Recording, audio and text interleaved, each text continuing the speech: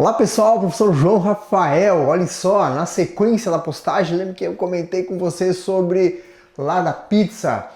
Eu comentei brevemente sobre a teoria, por exemplo, se eu quiser implantar o ponto de equilíbrio, quiser saber o ponto de equilíbrio da minha pizzaria, eu preciso saber, por exemplo, separar custo e despesa fixa e variável. Eu comentei com vocês algumas situações, exemplos de custo variável, de custo fixo, despesa fixa e despesa variável numa pizzaria. Agora eu trouxe para vocês alguns números para nós realmente calcularmos, colocarmos a fórmula do ponto de equilíbrio.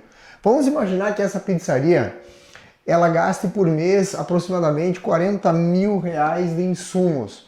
E nós aprendemos que os insumos são muito bem, são custo variável, eu só vou ter o gasto do insumo se eu for lá e pegar o insumo para utilizar. 40 mil reais. Digamos também que ela gaste 30 mil reais de fixo. Salário dos funcionários, a energia elétrica fixa, a depreciação, aluguel, tudo isso. E ela gasta mais 10 mil de despesa fixa, escritório de contabilidade, alguma consultoria que ela tem, é o software, é a depreciação dos equipamentos do escritório, é o salário de quem lança a nota, por exemplo, se tiver. E 15 mil de despesa variável.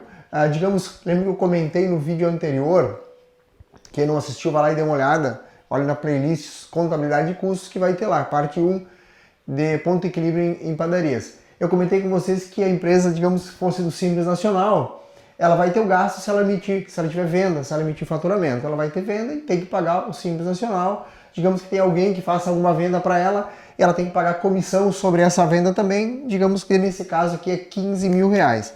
E vamos colocar que a empresa tenha 100 mil reais de faturamento nesse dado mês. Portanto, pessoal, agora eu já consigo calcular o ponto de equilíbrio contábil. É esse que eu vou calcular. E o ponto de equilíbrio contábil, no numerador, vão todos os gastos fixos e no denominador a margem de contribuição. Gasto fixo, o que é, professor?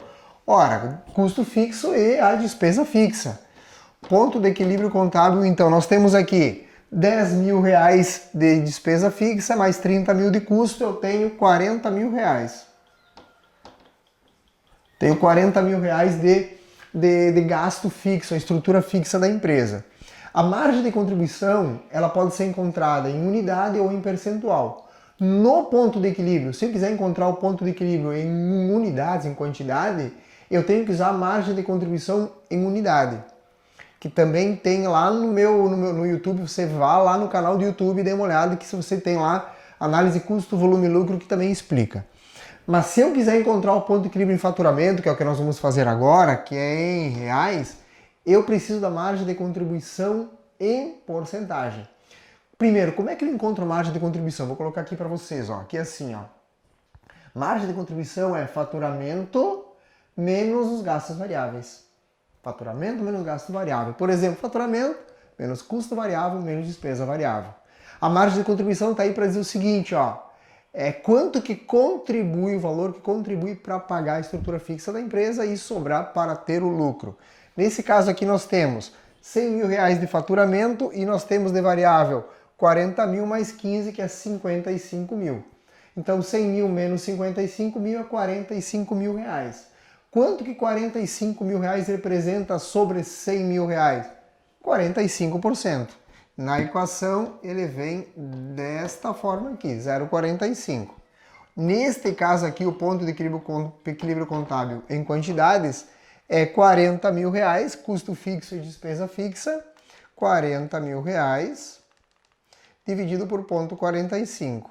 88.888 com 88. Vou botar 88.888.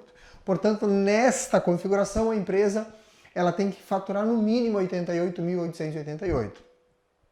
Até esse valor, ela não tem lucro nem prejuízo. Acima desse valor, ela começa a ter lucro. Ok, pessoal? Então, não apenas implantar o ponto de equilíbrio na empresa, mas também, e principalmente, você implantar a que ponto, quando no mês você consegue atingir o ponto de equilíbrio. Porque se você conseguir atingir o ponto de equilíbrio quanto antes, mais tu consegue fazer ações para alavancar o teu lucro no final do mês. Ok, pessoal? Eu fico por aqui com esse exemplo prático e na próxima postagem agora, seguindo a sequência, eu vou comentar questões do exame de suficiência, já que a prova está loguinho ali. Ok, pessoal? Não se inscrevam. Você que assistiu até o final, se que não é inscrito, se inscreva no meu canal ou convide um amigo, passe para um amigo, dê uma olhada nos vídeos do professor que tá bacana, tá bem legal, tá trazendo assuntos sempre atualizados sobre contabilidade. E eu fico por aqui, pessoal. Até mais!